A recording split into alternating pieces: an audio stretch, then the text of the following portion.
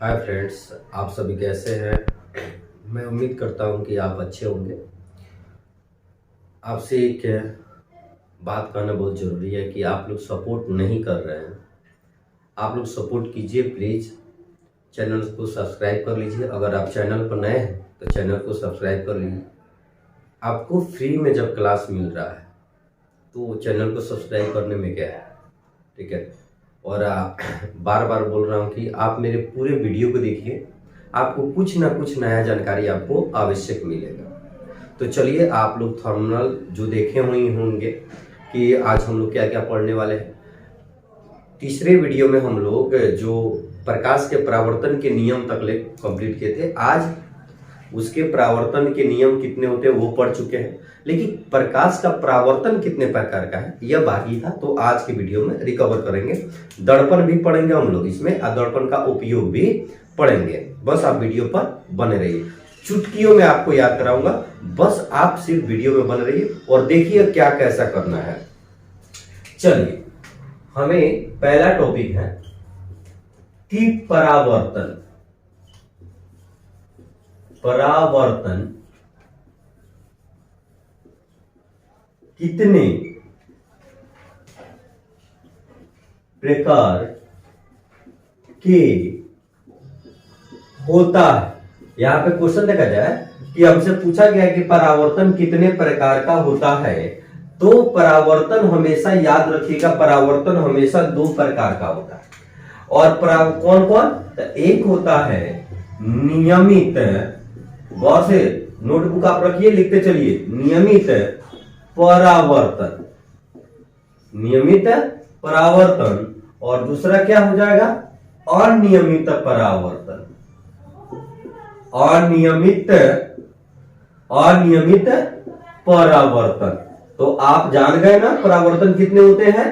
परावर्तन आप जान गए, एक होता है जो नियमित परावर्तन होता है और दूसरा क्या होता है? अनियमित परावर्तन होता है। तो नियमित परावर्तन का मतलब क्या होगा? तो देखिएगा, इसमें जो होगा, यह देखिए, ये जब भी होगा ये समतल सतह पर होगा। क्यों होगा? कारण जानिए। यहां पे देखिए, इसमें जो किरण आएगा ना, यानी आपतित किरण, उसी तरह टकरा कर भी क्या हो जाएगा? चला भी जाएगा। यानी जैसे इधर आएगा समानांतर, वैसा ही समानांतर इधर भी चला जाएगा। नियमित का मतलब जैसे जिस नियम का पालन किया, जैसे यहां आया वैसा ही गया, उसे नियमित कहेंगे। नियमित का मतलब जो नियम का पालन करे, जैसे आए वैसा ही जाए। अनियमित का मतलब जैसे आए वैसे नहीं जाए, वो क्या हो जाएगा? अनियमित होगा। अब बताइए, यहां पे समानांतर आया है कि नहीं किरण? है आपतित किरण, यहां समानांतर है, अभी गया क्या है? समानांतर गया है, तो क्या हो जाएगा? नियमित परावर्तन होगा। तो इसका डिफिनेशन देखिए, कितना आसान तरीका है। आप सिर्फ वीडियो में बने रहिए, मैं आपको वीडियो में ही याद करा दूंगा। चलिए, यहां पे कहा गया है नियमित परावर्तन। नियमित परावर्तन, इसका डिफिनेशन लिख लेंगे। आप लोग को ऑब्जेक्टिव का भी टेस्ट होगा, आप लोग टेस्ट देखिएगा, ठीक है, कि आप कितना पढ़े हैं इंस्टीट्यूट में, किसी भी इंस्टीट्यूट में कितना पढ़े हैं और कितना क्वेश्चन को बना पाते हैं। इसमें हम लोग नॉर्मिकल भी लेके आएंगे, सब कुछ लेकर आने वाले हैं इस बार। निश्चिंत रहिए 2025 के एग्जाम के लिए मैं आपके साथ हूं। तो चला जाए, नियमित परावर्तन। नियमित परावर्तन का परिभाषा चुटकियों में जो नियम का पालन करेगा, जैसे आएगा वैसा ही जाएगा, तो उसे हम क्या कहेंगे? नियमित परावर्तन। यानी वैसा परावर्तन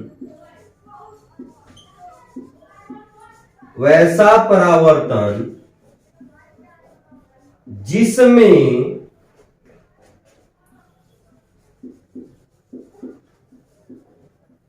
आपतित किरण और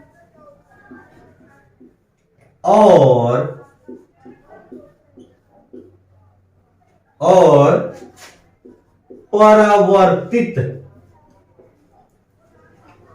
किरण। वैसा परावर्तन जिसमें आपतित किरण और परावर्तित किरण दोनों ही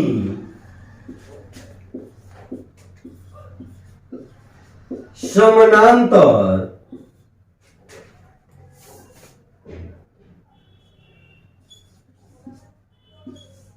होता है, वैसा परावर्तन जिसमें आपतित किरण, जो किरण आ रही है, और परावर्तित किरण दोनों ही क्या हो, समानांतर। ऐसे लिख लो, दोनों ही समानांतर हो, उसे क्या कहेंगे जी, बोलिए उसे क्या कहेंगे, तो हम उसे कहेंगे नियमित परावर्तन। उसे क्या कहेंगे, नियमित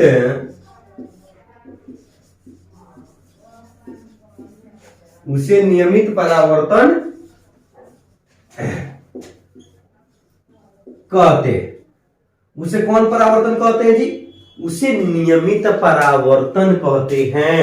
यानी जो किरण प्रकाश के परावर्तन के नियम का पालन करेगी, जो किरण प्रकाश के नियम के परावर्तन का नियम का पालन करेगी, वो क्या होगा, नियमित परावर्तन होगा। तो नियमित परावर्तन हमेशा समतल सतह पर हो सकता है, काहे कि जैसे आएगा टकरा कर वैसे ही जाना होगा, तभी नियम का क्या होगा, पालन होगा। तो याद रखिएगा, 1 नंबर का क्वेश्चन है कि नियमित परावर्तन हमेशा किस सतह पर होता है, तो नियमित परावर्तन हमेशा समतल सतह पर होता है मेरे भाई। तब चलिए इसका चित्र बनाते हैं कैसे होगा।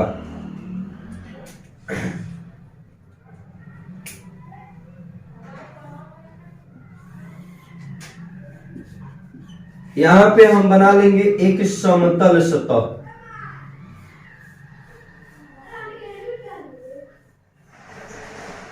यहां बता लेंगे समतल सतह। ये क्या बन गया, समतल सतह बन गया। और परावर्तक सतह पढ़ा दिया आपको कि प्रकाश की किरणें जिस सतह से टकराकर परावर्तित हो जाती है उसे हम परावर्तक सतह कहते हैं। तो यहां पे देखिए, यहां पे किरण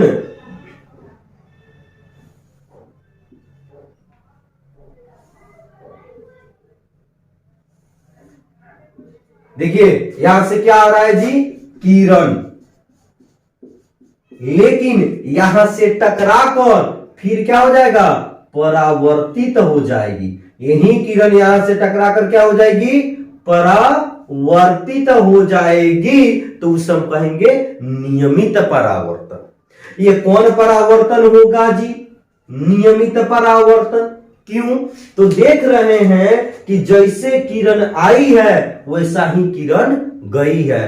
तो जैसे किरण आई है वैसे ही किरण गई है, इसका मतलब है कि कौन सा परावर्तन है, तो नियमित परावर्तन है। और यहां आपको लिखना भी होगा नियमित परावर्तन, नियमित परावर्तन। इसे आप लोग नोट कर लीजिए।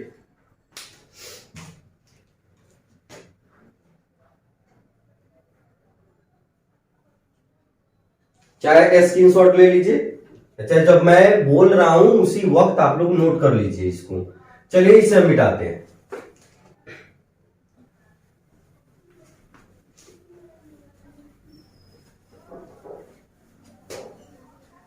स्क्रीनशॉट ज्यादा लीजिए या नोटबुक सामने रखिए, जब मैं बोल रहा हूं उसी वक्त आप लोग स्क्रीनशॉट ले लीजिए। फिगर देखिए, जल्दी नोट करिए।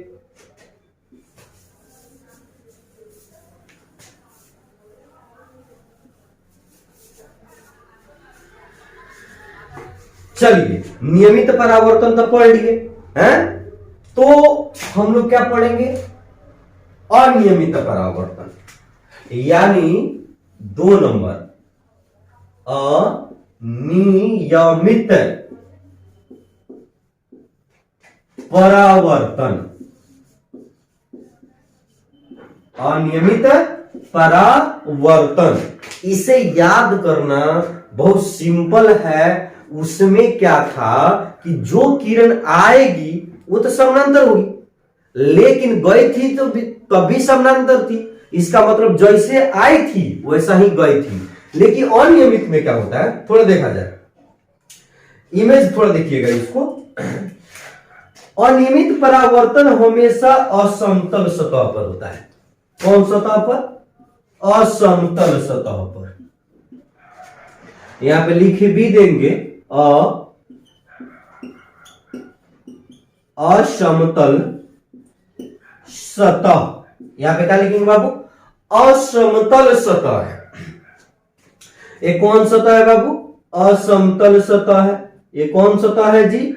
असमतल सतह। यहां क्या होगा कि प्रकाश की किरण तो सीधी रेखा में गमन करती है, तो बात जानते हैं। तो प्रकाश की किरण सीधी रेखा में गमन करती है तो आएगी सीधी, लेकिन टकरा कर सीधी नहीं जाएगी। कारण है कि जो सतह है वो बराबर नहीं है। सतह बराबर नहीं है, इसका मतलब ये है असमतल है, यानी उबड़ खाबड़ है।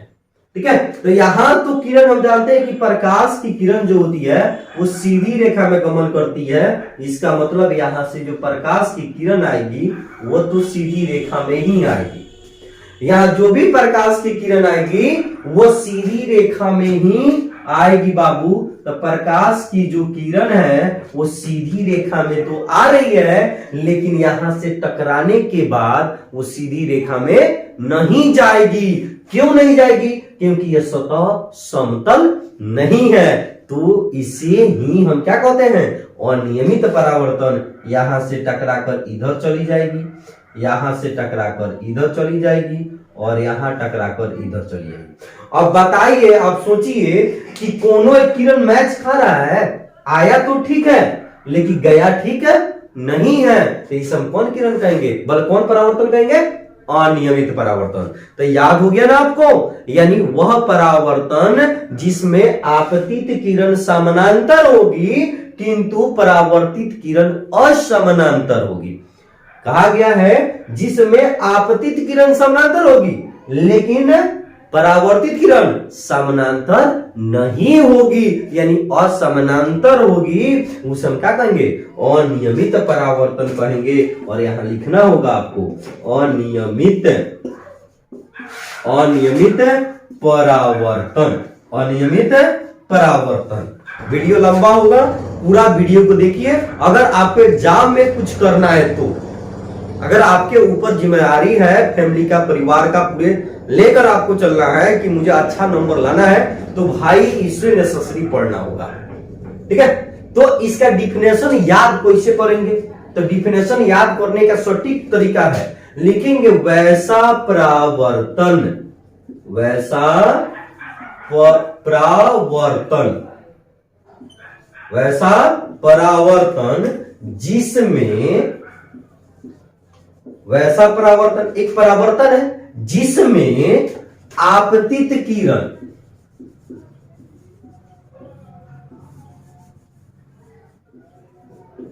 आ रहा है, जो किरण उसका नाम क्या होगा? आपतित। और जो यहां से टकरा के जा रहा है तो उसका नाम क्या होगा? परावर्तित।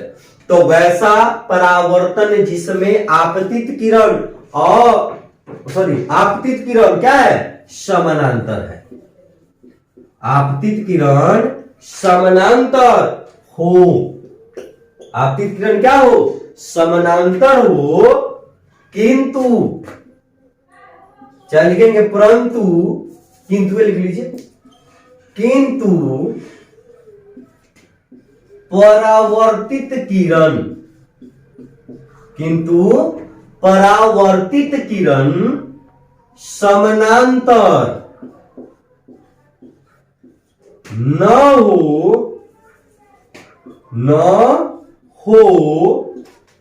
उसे क्या कहेंगे जी? अनियमित परावर्तन। उसे क्या कहेंगे? अनियमित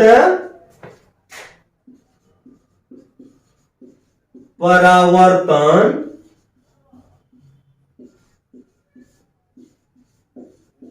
कहते हैं। उसे क्या कहते हैं बाबू? अनियमित परावर्तन कहते हैं। यानी वैसा परावर्तन जिसमें आपतित किरण समानांतर हो, आपतित किरण समानांतर हो किंतु परावर्तित किरण समानांतर न हो। देखिए ये समानांतर नहीं है, एक इधर गया, एक इधर गया, एक इधर गया, समानांतर नहीं है, तो उससे परावर्तन को, वैसे परावर्तन को हम क्या कहेंगे? अनियमित परावर्तन कहेंगे। और नोट में बाबू एक चीज आप लोग लिख लीजिएगा जरूर नोट में कि क्या होगा, तो नोट में लिखिएगा कि असमतल सतह पर कहा गया है अनियमित परावर्तन हमेशा असमतल सतह पर ही होता है। हमने क्या लिखा जी? अनियमित परावर्तन हमेशा किस सतह पर होता है? तो असमतल सतह पर, जो सतह बराबर नहीं हो। लेकिन एक और पूछा जा सकता है कि नियमित परावर्तन किस सतह पर होता है? कभी बताए हैं कि नियमित परावर्तन जो होगा, क्या बाबू? नियमित परावर्तन जो होगा वो किस सतह पर होगा? समतल सतह पर। यह लिखेंगे नियमित परावर्तन हमेशा समतल सतह पर होता है। हमेशा किस सतह पर होता है? समतल सतह पर होता है। तो मेरे भाई इसे आप लोग लिख लीजिए, ये स्क्रीनशॉट ले लीजिए। मैं हट जाता हूं।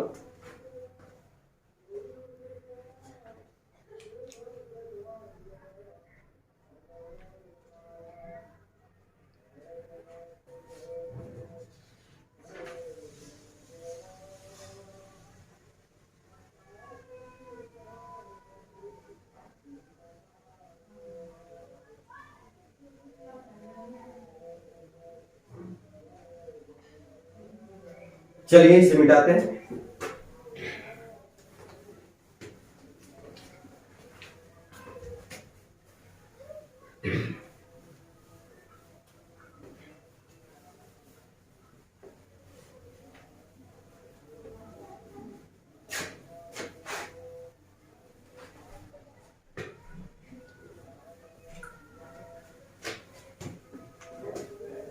देखिए समय, अगर पढ़ाई में आप समय देते हैं तो शायद उसका फायदा आपको कोई मिलेगा और आवश्यक मिलेगा।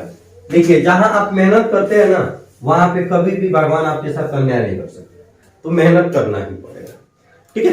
अब देखिए क्या होगा, अगर कोई चीज लेते हैं, देखिए मान लेते हैं यह हो गया समतल सतह। क्या हो गया जी? समतल सतह। अब यह समतल सतह है, ये कौन सतह हो गया? समतल सतह हो गया। यहां पे जब कोई किरण लंबवत आएगा तो सीधे यहां से टकरा कर सीधे चला जाएगा, यानी परावर्तित हो जाएगा। क्या हो जाएगा? परावर्तित हो जाएगा। यानी कहा जा सकता है कि जब कोई प्रकाश की किरण लंबवत समतल सतह पर, जब कोई प्रकाश की किरण लंबवत समतल सतह पर आपतित होती है तो उस सतह से टकराने के बाद पुनः उसी पथ पर क्या हो जाती है? लौट जाती है, यानी पुनः वापस इसी पथ पर लौट जाती है। तो यहां पे जब लौटती है तो यहां पे कितना डिग्री का एंगल बनाती है? तो 0 डिग्री का। यानी यहां पे जब आपतन बिंदु पर एंगल बनाएगी तो कितना डिग्री का बनाएगी? 0 का। यानी कोण I 0 तो कोण R भी 0, यानी कोण I बराबर हम क्या लिख सकते हैं? कोण R बराबर क्या लिख सकते हैं? 0। क्यों? क्योंकि जब आएगा लंब, ऐसे देखिए जब लंब आएगा तो यहां से टकरा कर प्रकाश फिर इसी में क्या हो जाएगा? चला जाएगा। उस कंडीशन में कितना डिग्री कोण I कितना बनाएगा? 0। आया तभी 0 बनाया यहां पे, और गया तभी 0 बनाया। किसी को दिक्कत नहीं। तो यहां पे इसको लिखने के लिए हम क्या लिखेंगे? यहां पे अभी मत लिखिए, यहां पर लिखना पड़ेगा, स्टार में लिख लीजिएगा। जब कोई प्रकाश की किरण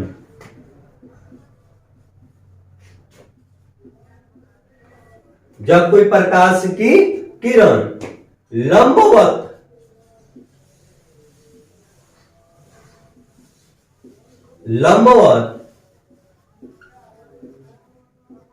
समतल सतह पर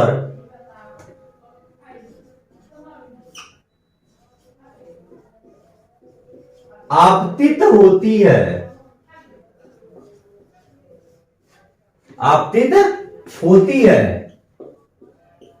तो परावर्तन के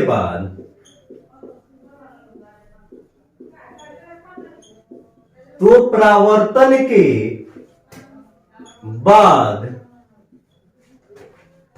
पुनः उसी पथ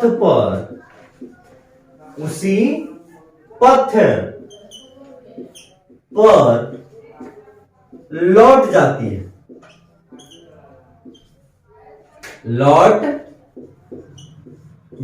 है, तो देखिए क्या होगा कि जब कोई प्रकाश की किरण समतल सतह पर लंबवत आएगा ना बाबू, तो फिर टकरा कर वहां से वापस उसी पथ पर क्या होगा, चला जाएगा। ठीक है, तो उसका इमेज आप लोग बना लीजिए। यह हो गया समतल सतह, क्या हो गया, समतल सतह हो गया। ऐसे आप लोग प्लाई कर सकते हैं, हम लोग दर्पण में भी करेंगे। ठीक है, तो नीचे मिट्टी उटी होगा, समतल सतह का मतलब कोई ऐसा चीज होगा जो पार नहीं करेगा। ठीक है, तो ये हो गया समतल सतह।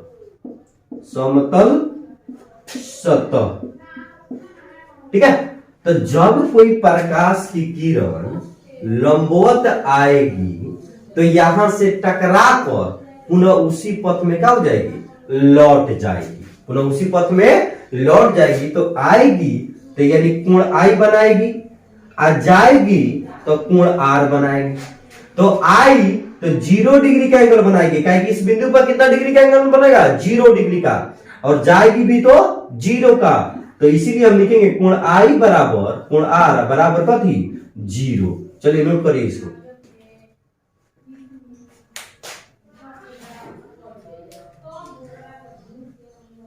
हो गया, चलिए आगे देखिए। तो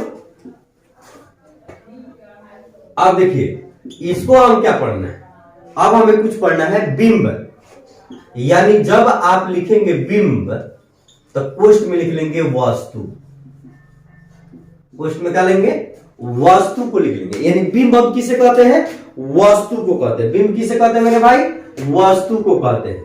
तो याद रखिए जब इसका डिफिनेशन लिखना होगा तो कितना आसान है, सिंपल तरीका से आप लिख सकते हैं, सिंपल इजी।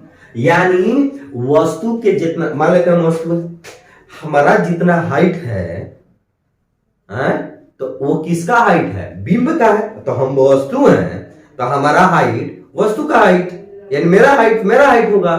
तो यानी कहेंगे वस्तु के वास्तविक लंबाई, वस्तु के वास्तविक लंबाई को हम क्या कहेंगे, बिंब कहेंगे। सिंपली इजी तरीका से वस्तु के वास्तविक लंबाई को हम क्या कहेंगे, बिंब कहते हैं। वस्तु के वास्तविक लंबाई को हम क्या कहते हैं, बिंब कहते हैं। तो बिंब का मतलब समझते हैं, जो चीज है भाई, देखिए मार्कर है, इसकी जितनी हाइट होगी ना, यही बिंब का हाइट है, यही वस्तु का हाइट है। तो वास्तविक जितना हाइट होगा वही किसका हाइट होगा, वस्तु का हाइट होगा। यानी बिंब का मतलब हो गया वस्तु, यानी वस्तु के वास्तविक लंबाई को हम क्या कहते हैं, बिंब कहते हैं। नोट में लिखिएगा, नोट में लिख लीजिएगा, वस्तु के वास्तविक लंबाई को, वस्तु यानी वस्तु को डायरेक्ट लिखिए, लंबाई छोड़िए, वस्तु बने किसका, बिंब को, यानी वस्तु को H1 से सूचित करते हैं,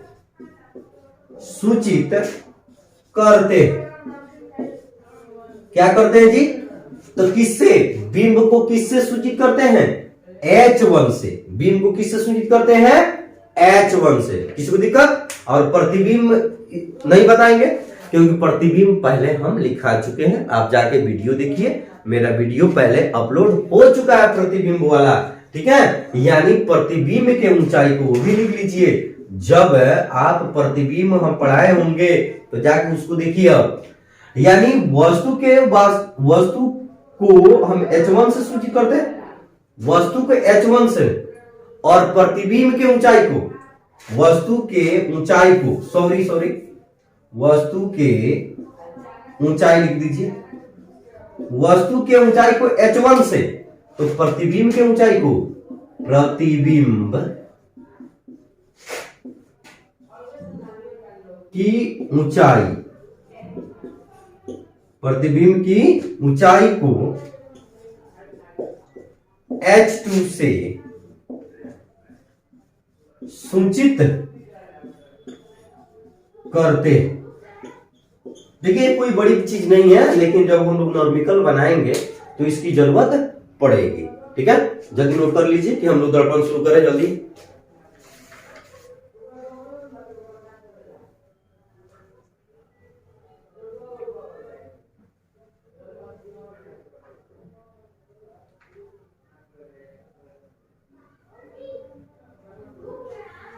चलिए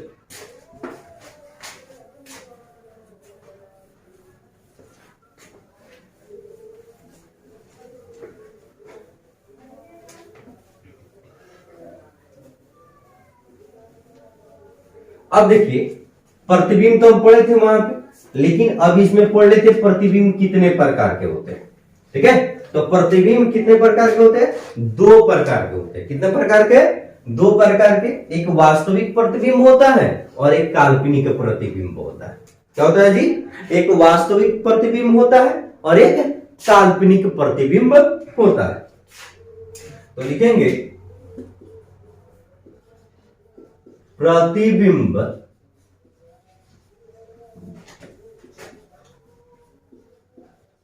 कितने प्रकार के होते हैं? प्रतिबिंब जी कितना प्रकार का होता है जी? तो प्रतिबिंब 2 प्रकार के होता है। प्रतिबिंब कितने प्रकार का होता है? 2 प्रकार के। कौन सा? एक होता है वास्तविक प्रतिबिंब, वास्तविक प्रतिबिंब, और दूसरा होता है काल्पनिक प्रतिबिंब। काल्पनिक प्रतिबिंब एक में होता है वास्तविक प्रतिबिंब और एक होता है काल्पनिक प्रतिबिंब, ठीक है। दोनों को नोट कर लीजिए।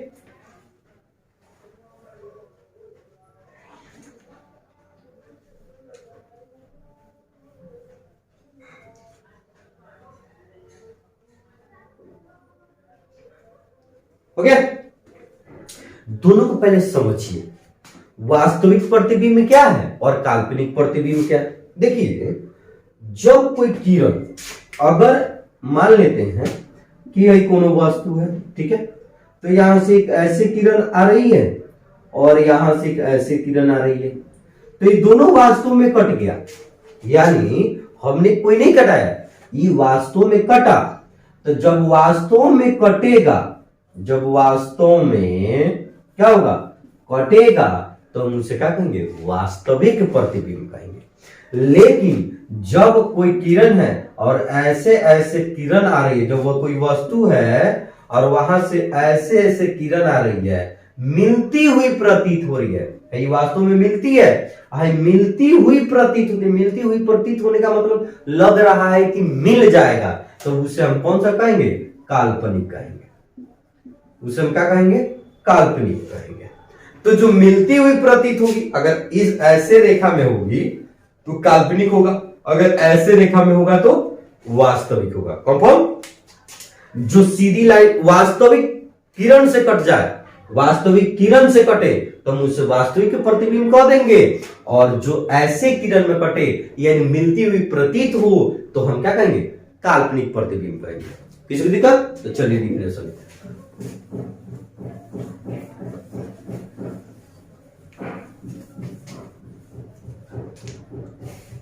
देखिए यहां पे क्या आ गया है, पहला है आपका वास्तविक प्रतिबिंब। क्या कहा गया जी?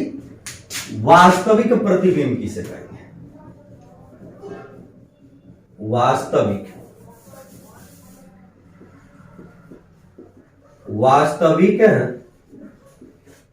प्रतिबिंब। आज प्रकाश का परावर्तन खत्म हो जाएगा, कोशिश मैं करूंगा, ठीक है। तो वास्तविक प्रतिबिंब, तो वास्तविक प्रतिबिंब का मतलब जब किरण वास्तव में मिलेगी तब ना वास्तविक प्रतिबिंब कहेंगे, यानी किसी बिंदु स्रोत से आती हुई, देखेंगे किसी बिंदु स्रोत से आती हुई, कहीं ना कहीं से आ रही होगी प्रकाश, तो उसे कोई प्रकाश स्रोत मान लेंगे, कोई बिंदु स्रोत मान लेंगे। तो किसी बिंदु स्रोत से आती हुई प्रकाश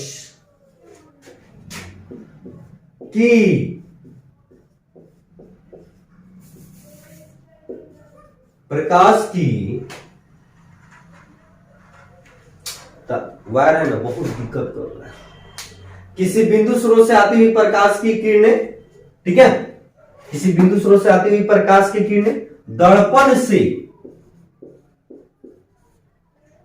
किसी बिंदु स्रोत से आती हुई प्रकाश की किरणें, प्रकाश की किरणें परावर्तन के बाद, सॉरी दर्पण यानी लिखेंगे किसी बिंदु स्रोत से आती हुई प्रकाश की किरणें परावर्तन के बाद, परावर्तन के बाद जिस बिंदु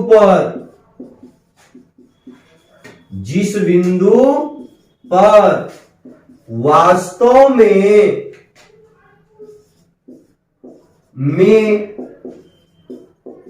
मिलती है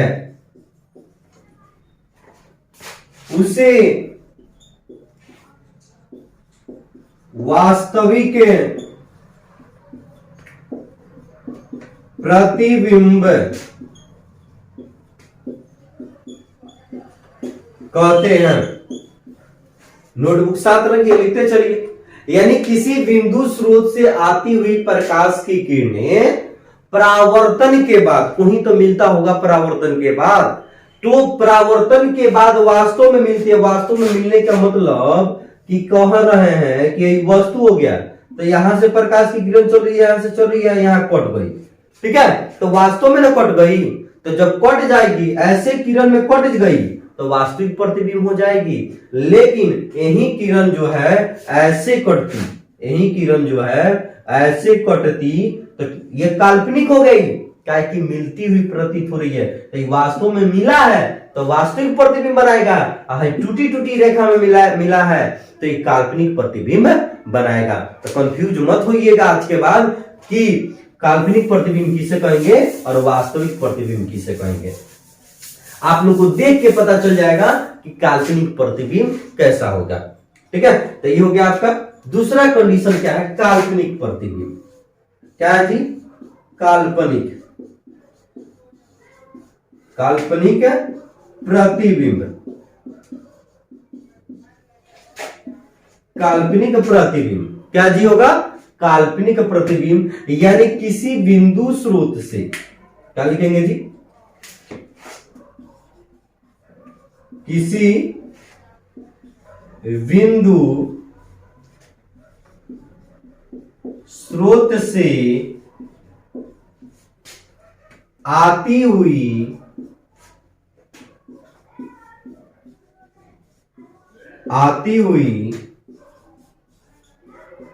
प्रकाश की किरणें, आती हुई प्रकाश की किरणें परावर्तन के बाद,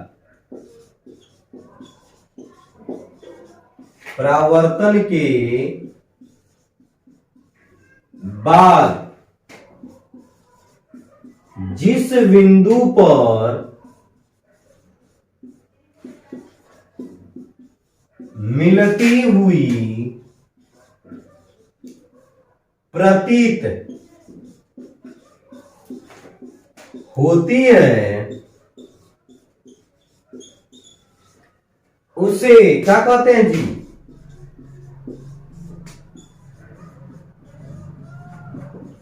उसे काल्पनिक प्रतिबिंब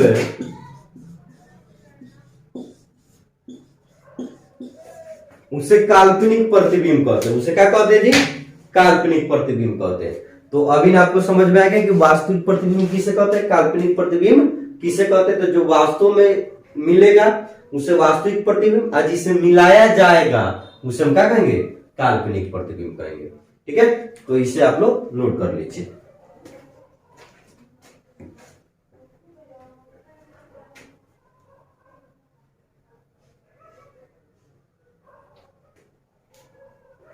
चलिए आगे देखा जाए, नोट कर लीजिए।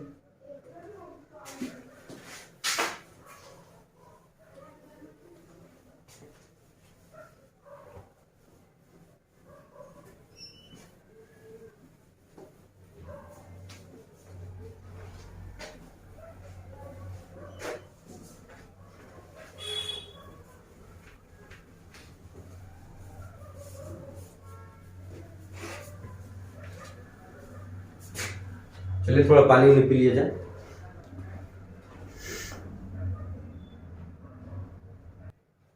चलिए हम लोग दर्पण को देखते हैं। ठीक है, यहां देखिए दर्पण।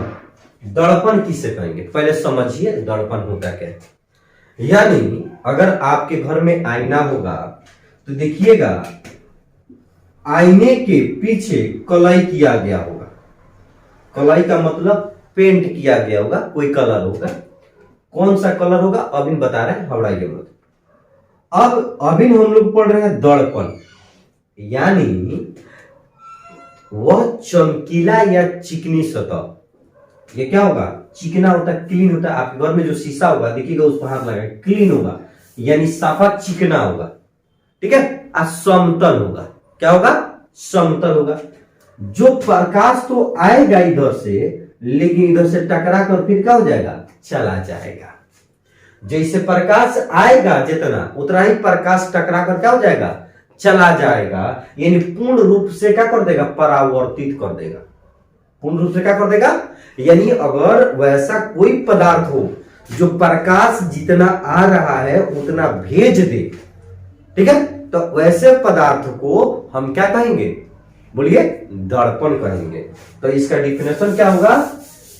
यहां देखिए, वह चमकीली, जो चमकता हो, आईना देखिए चमकता आपके घर में, वह चमकीली, वह चमकीली या चिकनी सतह, वह चमकीली या चिकनी सतह, चिकना होगा दर्पण देखिएगा।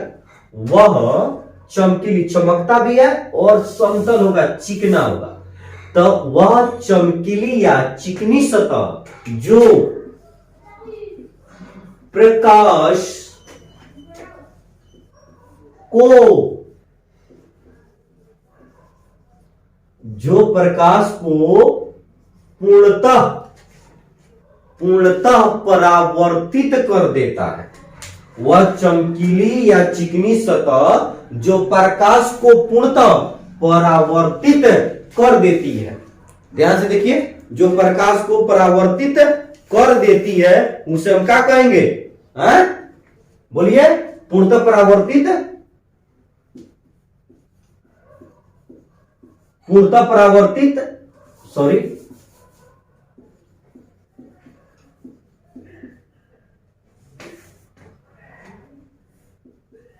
पूर्णतः परावर्तित करती है, उसे क्या बोलते हैं? बोलिए, उसे क्या बोलते हैं? दर्पण बोलते हैं। उसे क्या कहते हैं?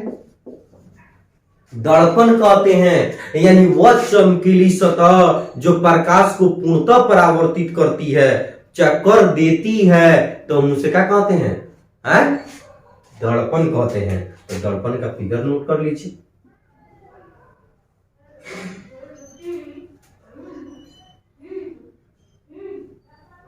इसका नाम देते हैं एम डैश। एम डैश क्यों? तो मिरर होता है ना दर्पण का इंग्लिश, तो एम डैश से सुनिए, कुछ भी लिख सकते हैं यहाँ पे, ठीक है, कोई निश्चित नहीं है कि एम लिखना है आपको, ठीक है। इसका नाम लिख देते हैं दर्पण। ये क्या है बाबू? दर्पण है। क्या है? दर्पण। अब चलिए, दर्पण बनता कैसे है थोड़ा सोचिए। दर्पण बनाने के लिए आप घर पर भी दर्पण बना सकते हैं। घर पर भी जो आपको शीशा मिल जाए, सामान मिल जाए, तो आप लोग बना सकते हैं जो आपके घर में दर्पण है उस जैसा। देखिए, कांच ले लीजिएगा। कांच की दो सतह होता है, एक यह वाला और एक यह वाला, दो सतह होता है। तो मेरे भाई काम क्या करना है कि किसी एक सतह पर चांदी का लेप लगा देना है, इस पर पेंट कर देना है। किस कलर का? चांदी कलर का। किस कलर का पेंट करना है? चांदी कलर का। अब देखिएगा, चांदी कलर का पेंट करने के बाद कुछ देर बाद इस पर अन्य पदार्थ का एक लेप चढ़ा दीजिएगा, अन्य कलर का, यानी एक कोनो दूसर कलर का क्या कर दीजिएगा, यानी अन्य कलर, अन्य रंग का पेंट कर दीजिएगा। तो ये आपका दर्पण बनकर क्या हो जाएगा? तैयार हो जाएगा। तो दर्पण बनाने की विधि भी आप जान गए। तो चलिए, इसे हम लोग क्या करते हैं? मिटाते हैं।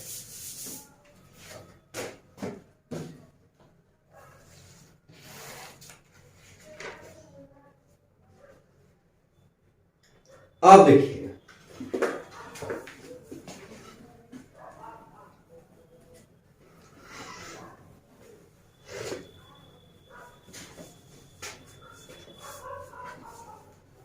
अब देखिए दर्पण कितने प्रकार के होते हैं, ठीक है। कितने लोग पढ़े होंगे दर्पण? अवतल, उत्तल, समतल। चलिए आज देखिए दर्पण कितने प्रकार के होते हैं। तो क्वेश्चन क्या है, जो आप लोग थंबनेल पर देखे हैं, जो आप लोग फोटो पर देखे हैं कि वहां पे बताया गया है, तो लिखिएगा। सबसे बड़ी चीज है कि दर्पण, दर्पण कितने प्रकार का? 3 प्रकार का होता। दर्पण कितने प्रकार का होता है मेरे भाई? तो दर्पण 3 प्रकार का होता है। कौन कौन दर्पण होता है? तो सुनिए। एक में लिखिएगा समतल दर्पण, समतल दर्पण। दूसरा क्या होगा? गोलीय दर्पण, गोलीय दर्पण। तीसरा क्या होगा? परवलयिक दर्पण, परवलयिक दर्पण। शायद कितने लोग नाम भी नहीं सुने होंगे, ठीक है। अगर जानते हैं तो ठीक है, बहुत अच्छी बात है। चलिए तीनों का डिफिनेशन जानते हैं। समतल दर्पण का मतलब क्या होगा? समतल दर्पण, समतल दर्पण यानी यह दर्पण जो होगा समतल होगा। अभी नहीं कि सूता होगा, नहीं यार, जो भी होगा मतलब छुओगे, स्पर्श करोगे। अगर एक शीशा रहता तो कौन दर्पण कहलाता? समतल का। क्या है? समतल है। इसका परावर्तक सतह क्या है? तो जिस दर्पण का परावर्तक सतह समतल हो, यानी परावर्तक सतह कहने का मेरा मतलब है कि आप तो जानते हैं कि नीचे वाला तो परावर्तक सतह नहीं है, काहे कि हम इसके पहले पढ़ा चुके हैं। तो प्रकाश की किरण आके यहाँ से टकरा के जा रहा है, तो ऊपर वाला में परावर्तक सतह है। इतना तो बात हम आपको पढ़ा चुके हैं पहले, तो ये तो बताने की जरूरत नहीं है। तो कहा गया है समतल दर्पण किसे कहेंगे? तो जिस दर्पण का परावर्तक सतह, जिस दर्पण का परावर्तक सतह, जिस दर्पण का परावर्तक सतह क्या हो? समतल हो। जिस दर्पण का परावर्तक सतह क्या हो, समतल हो, उसे हम क्या कहेंगे, उसे समतल दर्पण कहते हैं। उसे क्या कहते हैं, समतल दर्पण कहते। उसे क्या कहेंगे मेरे भाई, तो उसे हम कहेंगे समतल दर्पण, यानी जिस दर्पण का परावर्तक सतह समतल हो उसे समतल दर्पण कहते हैं। तो इसका फोटो आप लोग बना लेंगे, इमेज। तो इस दर्पण को, सॉरी के मत मानिए, के भी मान सकते हैं, कोई दिक्कत नहीं है, और इसे एम डैश मान सकते हैं। तो यह परावर्तक सतह होगा, नीचे वाला परावर्तक सतह होगा कि ऊपर वाला, तो नीचे वाला परावर्तक सतह कभी भी नहीं होगा, क्योंकि प्रकाश की किरण यहां से टकराएगा, नीचे से नहीं टकराएगा। कभी देखे शीशा के पिछाड़ी से प्रकाश टकराता हो, वहां से प्रकाश फिर उस पिछाड़ी को तो फोटो देखते हो नहीं ना। शीशा जो है, तो शीशा का मतलब ऐसे मानते हैं शीशा है, तो इसके पिछाड़ी प्रकाश जा रहा है कि आगे जा रहा है, तो इसका परावर्तक सतह वही होगा जो दिख रहा है। तो जो दिखता है हमें वो परावर्तक सतह होता है, जो नहीं दिखता है वो परावर्तक सतह नहीं होता है। तो यह क्या हो गया, तो जहां से प्रकाश की किरण टकराएगी और टकरा कर परावर्तित हो जाएगी, उस सतह में क्या होगा, परावर्तक सतह होगा। तो जिस दर्पण का परावर्तक सतह क्या हो, समतल हो, तो देखिए तो इसका परावर्तक सतह क्या है, समतल है। तो कौन दर्पण हो जाएगा, समतल दर्पण। यहां देखिए दूसरा कंडीशन क्या है, गोलीय दर्पण। गोलीय दर्पण, तो गोलीय दर्पण का डिफिनेशन सिंपल है, गोलीय दर्पण, गोल है दर्पण, गोल है दर्पण। और दर्पण का मतलब होता है कि प्रकाश को पुनः क्या कर दे, टकरा के भेज दे, पुनः क्या कर दे, प्रकाश से जाए और उसे प्रकाश को भेज दे, तो हम समझ जाएंगे क्या दर्पण है। तो ही कहा गया है गोलीय दर्पण। गोलीय का मतलब गोल है। तो जिस दर्पण का परावर्तक सतह, जिस दर्पण का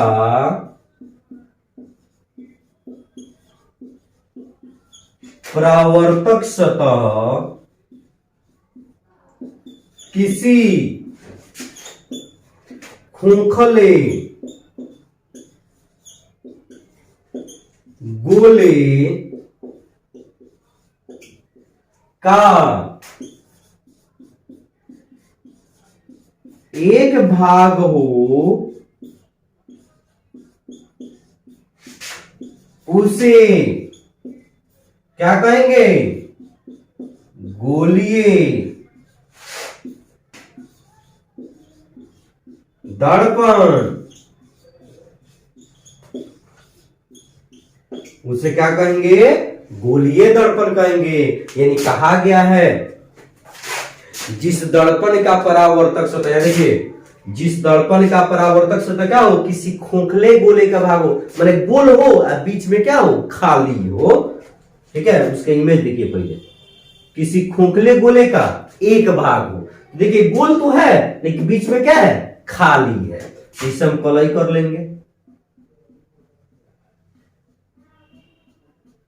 ठीक है, किसी खोखले गोले का एक भाग हो, इसका दो इमेज बनाएंगे। ठीक है, तो एक गोल बनाइएगा। ठीक है, अब देखिए एक का बाहर से किया है ना, एक बाहर से कलई किया, तो एक अंदर से कलई कर दीजिए। एक कौन दर्पण हो गया, गोलीय दर्पण हो गया। तो डिफिनेशन देखिए याद हो गया जाएगा, जिस दर्पण का परावर्तक सतह किसी खोखले गोले का एक भाग हो। देखिए दोनों गोला है कि नहीं, खोखला गोला है, लेकिन उसका कौन भाग है, एक भाग हो, उसे हम क्या कहेंगे, गोलीय दर्पण कहेंगे। उसे क्या कहेंगे, गोलीय दर्पण कहेंगे। ठीक है, तीसरा कंडीशन क्या है, तीसरा क्या है, परवलयिक दर्पण। तीसरा क्या है, परवलयिक दर्पण।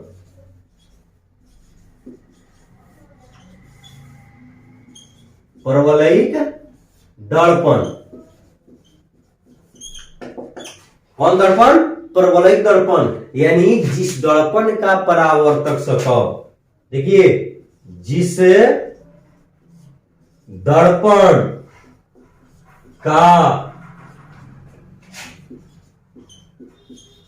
परावर्तक सतह, जिस दर्पण का परावर्तक सतह पूर्णतः गोलाकार नहीं हो, उसे हम क्या कहते हैं? परवलयिक दर्पण कहते हैं। उसे क्या कहेंगे?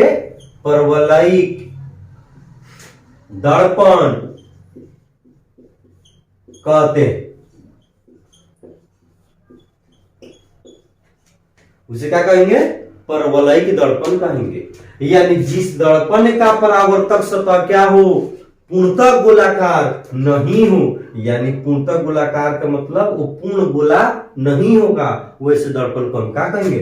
परवलयिक दर्पण कहेंगे। तो इसे आप दे सकते हैं, इसे लिख सकते हैं एम और यहां लिख देते हैं एम डैश।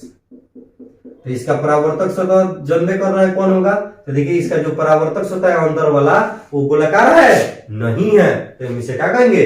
परवलयिक दर्पण कहेंगे। नोट कर लीजिए।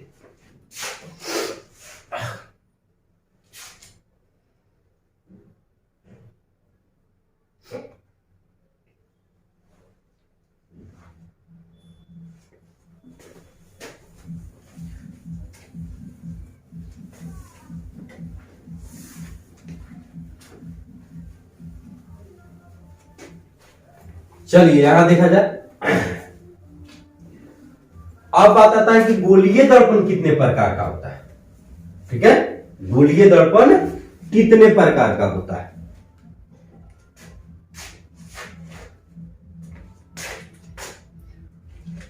देखिएगा, गोलीय दर्पण दो प्रकार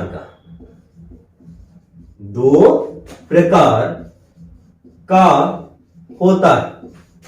गोलीय दर्पण कितने प्रकार का होता है जी? तो गोलीय दर्पण दो प्रकार का होता है। तो आप जानते हैं कौन कौन सा होता है? एक में होता है अवतल दर्पण,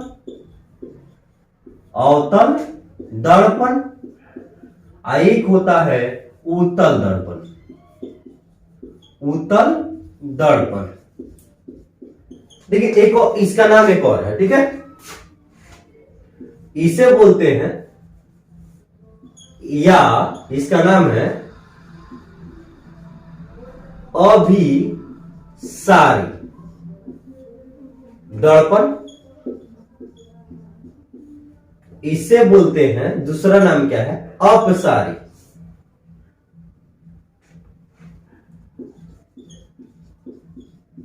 अपसारी दर्पण।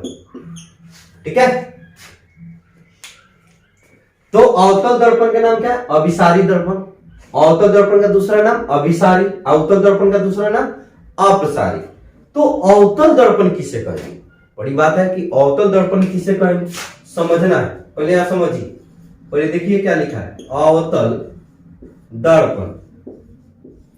तो इसे समझिए कि अवतल दर्पण जो है, ठीक है, वो किसे कहेंगे? तो देखिएगा, परावर्तक सतह तो जान गए। तो जिस दर्पण का परावर्तक सतह धसा होगा, देखिएगा भाई, तो परावर्तक सतह नहीं है भाई है। तो जिस दर्पण का परावर्तक सतह अपने केंद्र की ओर धसा होगा, चाहे जिस दर्पण का परावर्तक सतह धसा होगा, उसे हम क्या कहेंगे? अवतल दर्पण कहेंगे। उसे क्या कहेंगे बाबू? अवतल दर्पण कहेंगे। तो इसका चित्र पहले डिफिनेशन लिख लेते हैं, उसके बाद चित्र। चलिए यहां देखिए, इसे माने थे एम और एम डैश। अभी ये दर्पण है नहीं, जब तक हम कोलाई नहीं करेंगे ये दर्पण नहीं बनेगा। तो बोलिए, बन गया दर्पण? यह कौन दर्पण है? तो जिस दर्पण का परावर्तक सतह धसा हो, और देखिए धसा है कि नहीं अंदर की ओर, तो जिस दर्पण का परावर्तक सतह क्या हो? धसा हो, उसे हम क्या कहेंगे? अवतल दर्पण कहेंगे। तो देखिए डिफिनेशन, जिस दर्पण का परावर्तक सतह क्या हो? धसा हो, उसे उसे क्या कहेंगे? अवतल दर्पण कहते हैं। उसे अवतल दर्पण कहते हैं। उसे कौन दर्पण कहते हैं जी? अवतल दर्पण कहते हैं। उसे कौन दर्पण कहते हैं? अवतल दर्पण। तो देखिए, तो अवतल दर्पण की इमेज बना दिए हैं, नोट कर लीजिए।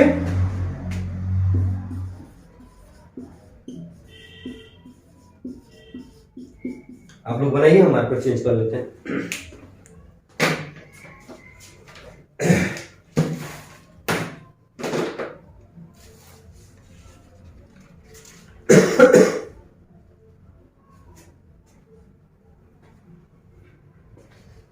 बना लिए?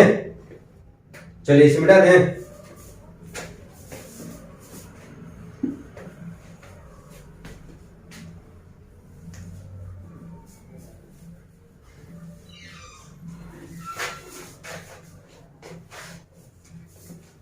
चलिए, दूसरा क्या है? उत्तल दर्पण। दूसरा डिफिनेशन क्या होगा जी? उत्तल दर्पण। उत्तल दर्पण। तो उत्तल दर्पण क्या कहेंगे? तो उत्तल, उत्तल तो उथल, उत्तल उठल, उठल माने उभरा, उठा माने उभरा। जिस दर्पण का परावर्तक सतह उभरा हो, जिस दर्पण का परावर्तक सतह क्या हो? उठा हो, उसे हम क्या कहेंगे? उत्तल। तो लिखेंगे यहां पे, जिस दर्पण का परावर्तक सतह, जिस दर्पण का परावर्तक सतह उभरा हो, जिस दर्पण का परावर्तक सतह उभरा हो, उभरा हो, उसे कौन दर्पण कहते हैं? उत्तल